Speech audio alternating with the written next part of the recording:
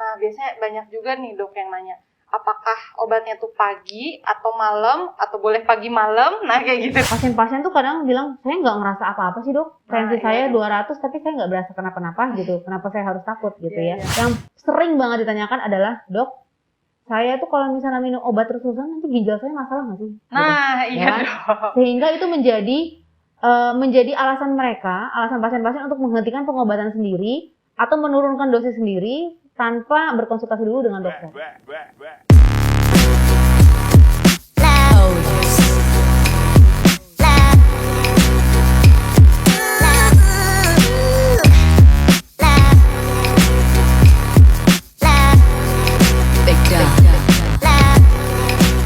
Halo semuanya, saya Dr. Fadila Umami. Saat ini kita kedatangan bintang tamu yang sangat spesial, yaitu dokter spesialis penyakit dalam. Siapa lagi kalau bukan Dr. Stella Ilon. Halo. Dokter, terima kasih banyak sudah datang. Dr. Stella Ilon ini sangat sibuk sekali, tapi menyempatkan datang untuk menghadiri acara ini. Baik dok, ternyata di masyarakat itu banyak yang mengalami kasus darah tinggi atau hipertensi. Nah, darah tinggi itu sebenarnya apa sih dok? Sebenarnya kalau kita sebut sebagai darah tinggi atau kita kenal dengan istilah medis hipertensi, itu adalah kondisi di mana tekanan darah di atas normal ya. Nah, tekanan darah normal itu sebenarnya apa sih? Sebenarnya itu yang harus kita tahu dulu nih. Kalau kita tensi biasa, itu kita biasanya menyebutkan tekanan darah 140-80 gitu misalnya ya. Nah, angka yang di atas kita sebut sebagai tekanan darah sistolik dan yang di bawah adalah tekanan darah diastolik. Nah, kalau dikatakan normal, tekanan darah itu adalah kalau di bawah 120 dan di bawah 80. Gitu. Jadi kalau udah di atas itu sebenarnya sudah tidak normal. Tapi kalau kita katakan hipertensi, itu kalau tekanan darah sistolik di atas 140 atau tekanan darah diastolik di atas 90. Nah, yang harus diketahui adalah ini harus dilakukan dalam 2 kali pengukuran. Jadi nggak bisa cuma sekali gitu. Nah, kalau darah tinggi ini sebenarnya siapa aja sih dok yang bisa mengidap darah tinggi? Apakah harus orang tua atau seperti apa? Kalau untuk hipertensi sendiri, sebenarnya yang perlu diketahui secara garis besar bagaimana mekanisme terjadinya hipertensi, untuk mengetahui apakah ini memang bisa terjadi pada anak-anak atau hanya terjadi pada orang tua, itu memang kita harus kembali ke mekanisme terjadinya hipertensi itu sendiri. Nah, hipertensi ini sebenarnya terjadi macam-macam penyebabnya ya. Dan hipertensi ini ada yang kita sebut sebagai hipertensi esensial atau hipertensi primer, di mana kita nggak tahu penyebabnya apa. Dan ada juga memang hipertensi sekunder, memang ada penyebabnya, misalnya karena penggunaan obat-obatan lama gitu ya. Kemudian ada juga memang ada kelainan organ tertentu. Nah, kalau kita mengatakan memang mayoritas kita hipertensi esensial sih. Mayoritas di masyarakat kita itu adalah hipertensi esensial atau hipertensi primer yang memang tidak diketahui apa penyebabnya gitu. Dikatakan genetik menjadi peranan penting, tapi faktor lingkungan, modifikasi gaya hidup itu sangat memberikan kontribusi ya. Nah, kalau hipertensi esensial ini itu memang bisa terjadi pada siapapun, kalangan usia berapapun, tapi memang yang mayoritas memang usianya dewasa muda biasanya mulainya gitu. Berarti kalau misalnya belum tua, jangan tiba-tiba percaya diri juga ya dok, nggak akan dapat hipertensi ya. Tentu Bisa saja. Jadi ya. Justru kalau misalnya usia muda, yang kita harus tahu, yang harus kita pikirkan malah justru mungkin ini hipertensi bukan hipertensi esensial nih. Jadi gitu dok. Hipertensi yang memang terjadinya di bawah usia 35 tahun, atau malah yang munculnya malah terlalu tua, misalnya di atas usia 60 tahun, itu harus pikir-pikir jangan-jangan ini bukan hipertensi esensial. Bukan hipertensi primer, ini jangan-jangan hipertensi sekunder yang ada penyebab lainnya, entah kelainan organ kah, entah kelainan ginjal kah misalnya, yang memang menjadi dasar terjadinya hipertensi ini. Berarti banyak faktornya ya dok. Banyak faktor. Nah, kalau pencegahannya nih dok, misalnya saya belum hipertensi nih, tapi apakah saya bisa hipertensi atau enggak? Gimana nih biar tidak sampai hipertensi atau darah tinggi ini? Pada dasarnya pencegahannya sama seperti penyakit-penyakit metabolik yang lain ya, seperti diabetes, kolesterol tinggi, asam urat tinggi. Pada dasarnya pencegahannya tentu saja dimulai dengan pola hidup sehat. Pola hidup sehat itu sangat penting. Jadi memang mengatur makan yang baik gitu ya. Terus kemudian olahraga teratur, istirahat yang cukup. Karena yang utama dalam menjaga kestabilan tekanan darah itu selain dari makanan-makanan juga kita cukup istirahat. Harus cukup istirahat. Karena dengan istirahat yang kurang berarti organ-organ tubuh kita ini kurang mendapatkan waktu untuk memperbaiki diri, untuk ya beristirahat secara umum, sehingga dia kayak bolak-balik dipakai bekerja, tentu saja itu akan membuat jantung misalnya, jantung akan menjadi cepat lelah, bekerja terus-menerus menyebabkan tekanan darah juga akan meningkat gitu. Berarti jangan begadang ya dok ya. Sebisa mungkin memang tidak, tapi kalau memang harus misalnya pada orang-orang yang memang kerjanya shift gitu ya, dibuat supaya memang pada waktu memang harusnya istirahat ya istirahat, waktu yang memang bekerja ya bekerja gitu. Kalau untuk olahraga seperti apa dok yang baik? Aktivitas fisik atau olahraga sebaiknya memang dilakukan sesering mungkin. Aktivitas dalam artian begini ya, kita terbiasa sekarang ini hidup enak ya, maksudnya AC sudah dengan remote, kemudian TV semua juga dengan remote gitu ya. Sebenarnya memang diusahakan supaya tidak sedentary life gitu. Jadi kita membuat supaya kita tuh lebih banyak bergerak. Tapi kalau memang olahraga secara khusus gitu, yang perlu dilakukan adalah olahraga yang sifatnya ritmik, dalam artian tidak bisa tuh olahraga sekali olahraga berat, tapi abis itu tidak olahraga lagi gitu ya, diporsir 2 banget, jam, betul. Gitu, tapi berat nggak bisa ya. Tapi cuma sebulan sekali misalnya, itu nggak ada gunanya gitu ya. Akan lebih baik kalau kita lakukan olahraga itu sifatnya intensitasnya ringan sampai sedang, misalnya lakukanlah jalan pagi atau misalnya jogging kecil untuk orang-orang yang memang masih mampu. Kemudian dilakukannya itu 5 hari nih dalam seminggu minimal 5 hari dalam seminggu, dan per kali olahraganya itu kurang lebih 30 menit. Itu dilakukan secara rutin gitu. Itu yang fungsi kita lebih meningkatkan endurance-nya ya, jadi meningkatkan ketahanannya dan kemampuannya gitu. Jadi lebih baik setiap hari daripada 1 hari tapi diporsir gitu ya, dok. Betul. Akan lebih baik seperti itu. Terus banyak juga dok yang nanya, kalau micin gitu dok atau fast food yang sekarang lagi booming gitu, itu bikin darah tinggi nggak sih dok? Pada dasarnya yang kita harus tahu kembali ke mekanisme tekanan darah ini kenapa sih naik gitu ya. Tekanan darah naik ini banyak sekali faktor penyebabnya. Yang paling utama adalah tekanan darah itu sebenarnya menggambarkan apa? Menggambarkan bagaimana pompa dari jantungnya. Bagaimana kerja jantungnya.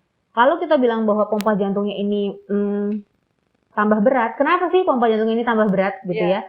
Mungkin saja pembuluh darahnya sudah mulai kaku-kaku. Kebayang ya, jadi kalau pembuluh darahnya orang darah tinggi itu kebanyakan sudah kaku-kaku, sehingga jantung membutuhkan pompa yang lebih berat untuk mengalirkan darah ke pembuluh darah itu. Karena gitu. Gak elastis gitu. Betul, ya, karena kurang elastis pembuluh darahnya. Nah, kenapa nih pembuluh darahnya kurang elastis? Nah, paling utama memang kalau misalnya sekarang kita sebutkan memang selain dari gaya hidup yang sedentary, selain itu memang dari makanan. Nah, makanan-makanan apa sih yang membuat pembuluh darah ini jadi gampang nggak elastis gitu ya, jadi gampang kaku gitu. Iya, ini nih dok. Yang paling sering gitu kan ya. Itu yang pertama memang yang mengandung banyak kolesterol atau minyak. Itu yang paling sering. Kenapa? Karena plak-plak lemak itu tertempel tuh di pembuluh darah, dan itu akan membuat di dindingnya ya, di dinding pembuluh darah, dan itu akan membuat pembuluh darah akan lebih kaku. Selain daripada itu yang kita harus tahu memang micin misalnya. Micin, pengawet itu bahan dasarnya kan kalau kita sebut MSG ya. MSG itu apa sih? Monosodium glutamat ya. Kalau kita sebut monosodium glutamat, itu di situ ada sodium. Sodium itu adalah natrium. Natrium adalah sumber dari garam. Jadi kalau memang terlalu banyak garam itu kan NaCl ya, NaCl. Jadi kalau misalnya memang terlalu banyak sodium, terlalu banyak natrium yang terbentuk atau yang masuk dalam tubuh kita, nanti ujung-ujungnya memang akan terbentuklah menjadi suatu garam, dan itu akan meningkatkan tekanan darah gitu. Jadi garamnya ini ya dok ya. Betul. Gitu ya. Itu juga yang menjadi dasar pada pasien-pasien dengan tekanan darah tinggi, penting untuk mengetahui berapa banyak sih boleh konsumsi garam per harinya, ya kan?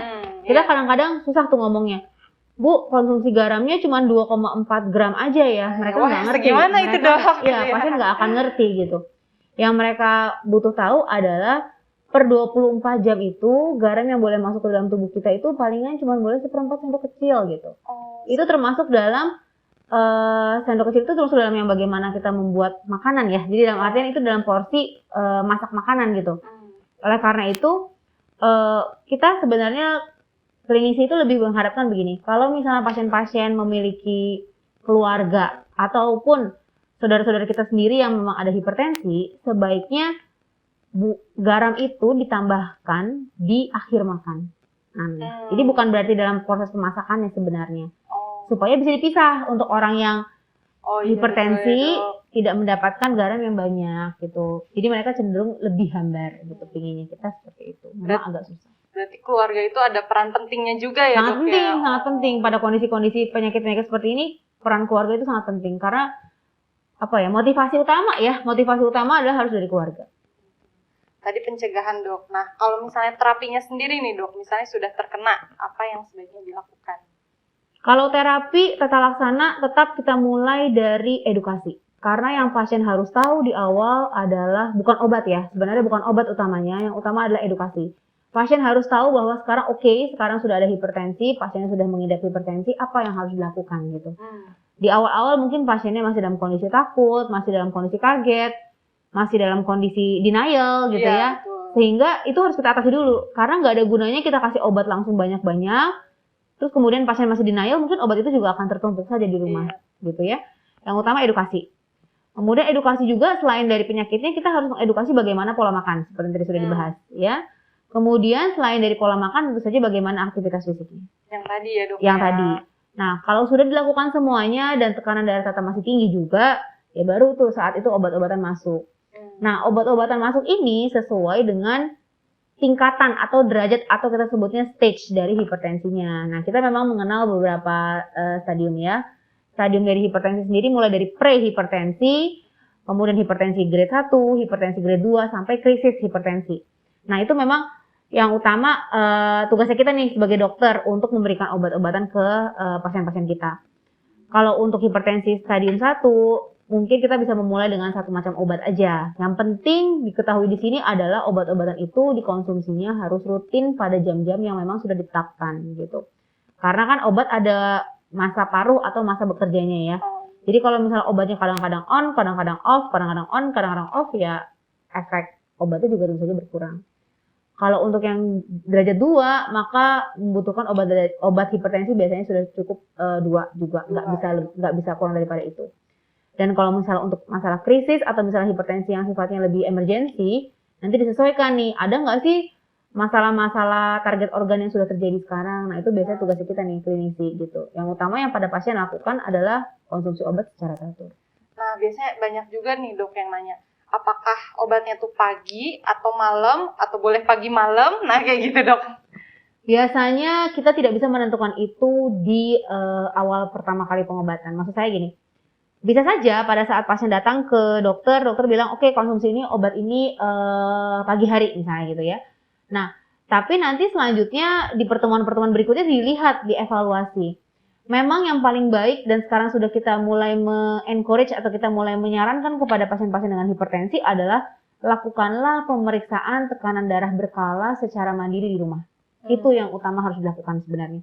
Supaya kita tahu nih, karena tekanan darah ini sendiri dia ada fluktuasinya ya, dan itu berbeda-beda tiap pasien. Ada yang pasien A misalnya tekanan darahnya lebih tinggi di pagi hari. Ada pasien B yang tekanan darahnya cenderung lebih tinggi pada malam hari atau pada sore hari. Nah, itu kan yang harus tahu mestinya pasien. Pada saat bagaimana taunya? Ya dengan melakukan pemeriksaan tekanan darah berkala secara mandiri di rumah gitu. Kalau misalnya memang tekanan darahnya cenderung lebih tinggi di pagi hari, maka penggunaan obat-obatannya diutamakan di pagi hari gitu. Kalau misalnya memang malam hari, ya lebih boleh dipindahkan ke malam hari.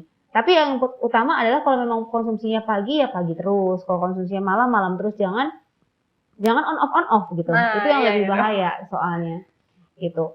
Dan ini hanya bisa kita lihat dari pengukuran mandiri atau melakukan bolak-balik konsultasi ke dokter beberapa kali supaya kita bisa melihat apakah dengan obat-obatan kita sudah cukup terkontrol atau belum gitu. Berarti lagi-lagi keluarga sangat penting ya, Dok, Penting untuk banget. menensi dan mengingatkan ya, Dok. Tuh. Nah, kalau misalnya darah tinggi ini dibiarkan, itu bahaya nggak sih, Dok? Dampaknya itu seperti apa? Oke. Betul juga sih. Pertanyaan ini adalah pertanyaan simpel tapi pertanyaan yang sangat baik karena sebenarnya pasien-pasien tuh kadang bilang, saya nggak ngerasa apa-apa sih, Dok. Tensi saya 200 tapi saya nggak berasa kenapa-napa gitu. Kenapa saya harus takut gitu ya? Iya, betul. Betul. Banyak orang memang yang sudah mulai terbiasa dengan tekanan darah tinggi sehingga tidak ada rasa apa-apa. Tapi yang harus diketahui adalah komplikasi dari darah tinggi ini terus terjadi saat tekanan darah itu di atas nilai normal. Komplikasinya apa aja sih? Komplikasinya kita tuh yang kita sebut dengan makrovaskular dan mikrovaskular ya. Jadi bisa mengenai pembuluh darah besar dan bisa mengenai pembuluh darah kecil. Pembuluh darah besar tuh misalnya pasiennya takutnya kena stroke kepala gitu ya. Kemudian masalah dari jantung gitu, serangan jantung, atau misalnya masalah-masalah di pembuluh darah kaki gitu. Atau masalah mikrovaskular, pembuluh darah kecil. Pembuluh darah kecil tuh yang di mana? Misalnya pasien dengan gangguan mata gitu. Jadi kalau lama-lama dibiarkan pasiennya mulai burem-burem. Dari darah tinggi juga Dari darah berarti itu tinggi, ya, Dok? betul. Atau juga memang gangguan ke ginjal, misalnya gangguan ginjal gitu.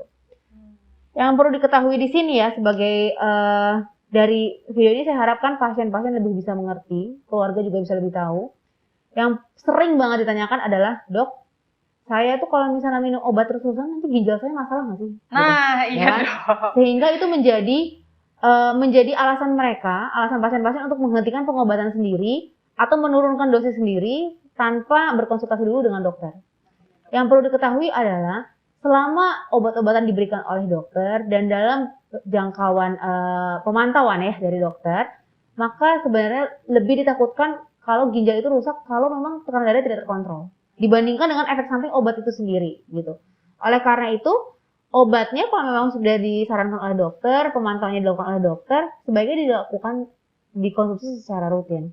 Akan lebih berbahaya kalau tekanan darah tidak terkontrol, itu akan lebih cepat merusak ginjal dibandingkan dengan obatnya sendiri gitu. Kadang lebih percaya tetangga Oh, gitu ya, iya. Dok. Jangan makan obat tiap hari gitu. Padahal Iya. itu justru bahaya ya, Dok. Itu malah lebih berbahaya percaya sebenarnya. kata dokter ya, Dok. Betul. Nah, kalau nih, Dok, misalnya ternyata udah ada stroke juga, terus udah terlanjur jantung, terlanjur ada dampak hipertensi itu, kira-kira apa nih, Dok, yang bisa dilakukan? Yang perlu diketahui adalah meskipun sudah terjadi komplikasi, pasien-pasien kadang nanya, "Dok, saya jadi nggak usah minum obat lagi dong. Saya udah kena komplikasi nih, udah kena stroke, segala macam, udah kena jantung misalnya.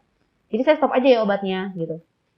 Sebenarnya salah pemikirannya. Kita mengenal pencegahan itu adalah pencegahan primer, pencegahan sekunder, bahkan pencegahan tersier. Bedanya apa sih? Pencegahan primer itu adalah kita mencegah supaya tidak terjadi hipertensi misalnya. Itu kita cegah sebelum terjadi hipertensi. Yaitu kita lakukan modifikasi gaya hidup, pola makan yang baik gitu ya. Nah, tapi kalau misalnya sudah terjadi hipertensi, kita lakukanlah pencegahan sekunder. Kita lakukanlah pencegahan supaya tidak terjadi komplikasi-komplikasi itu gitu. Dengan mungkin modifikasi gaya hidup, pola makan diatur, ditambah dengan obat-obatan. Kalau sudah terjadi itu semua juga, komplikasi sudah terjadi, maka kita masih mempunyai target untuk mencegah pencegahan tersier. Apa sih pencegahan tersier ini? Pencegahan supaya tidak terjadi komplikasi lain yang terjadi misalnya. Stroke ya, udah ada, tapi moga-moga tidak terjadi serangan jantung misalnya. Supaya tidak terjadi stroke ulangan misalnya. Nah, itu harus dilakukan kontrol juga kan terhadap semua masalah metabolik. Termasuk diantaranya adalah hipertensi. Gitu. Berarti kalau misalnya ditanya nih, Dok, sebenarnya hipertensi itu bisa sembuh atau enggak sih, Dok? Hipertensi, diabetes, kolesterol itu adalah kondisi-kondisi metabolik di mana tidak dapat disembuhkan, tapi bisa dikontrol. Pengontrolannya itu adalah dengan mulai dengan pola hidup sehat sampai dengan pengobatan. Oh, iya. Cukup lengkap sekali ilmu dari Dokter Stella Ilon ini. Terima kasih banyak, Dokter. Berarti yang pertama itu jangan denial ya, Dok. Kalau misalnya udah hipertensi, mau udah tinggi gitu ya, tetap konsul sama minum obat. Jangan sampai denial ternyata nggak minum obat malah terjadi komplikasi ya, Dok. Jaga makanan, terus olahraga, jangan lupa ya, Dok. Ada yang ingin disampaikan, Dokter, untuk penutup? Yang utama adalah pertama ya betul sih. Yang pertama kita kenali dulu, pahami bahwa hipertensi itu sebenarnya apa sih? Dia bukan penyakit yang mematikan, tapi bukan juga penyakit yang tenang-tenang aja dibiarin aman-aman aja, enggak gitu ya. Itu yang harus diketahui. Yang kedua, kalau memang sudah dengan hipertensi, maka ayo kita bareng-bareng. Enggak, ini bukan cuma tugas dokter, justru ini tugas dokter, pasien, keluarga untuk sama-sama nih mengatasi dan menangani, membuat tekanan darah ini terkontrol. Yang ketiga yang nggak kalah penting juga dan nggak boleh dilupakan itu adalah jangan lupa sama teman-temannya hipertensi loh. Oh gitu. Jadi Gimana tuh, cek Dok? gula, ya cek gula, iya. kolesterol, asam urat, gitu-gitu yang memang biasanya tuh datangnya sepaket karena mereka biasanya dari makanan gitu kan ya, bisa dari makanan-makanan, dari faktor keturunan, dan biasanya nggak terlalu mudah untuk diatur nih, nggak mudah untuk kontrol kalau memang dari keturunan ini, ya kita harus bareng-bareng nanganinnya. Karena kalau kita cuma bikin tekanan darah tinggi terus aja, kolesterolnya nggak diatasi, ya plak-plak lemak yang tadi kita bahas itu kan tetap ada di situ, pembuluh darah tetap kaku, tensi tetap naik gitu. Itu aja sih sebenarnya. Terima kasih, Dok. Lengkap sekali ilmu dari Dokter Stella. Semoga ilmu ini bisa diterapkan ya dok buat Amin. pasien-pasien di rumah ataupun yang belum mengidap darah tinggi ya dok. Ya, betul. Bisa di-share buat keluarga atau saudara yang juga punya penyakit darah tinggi. Baiklah, sekian dari kami. Terima kasih. Jangan lupa subscribe. Dadah.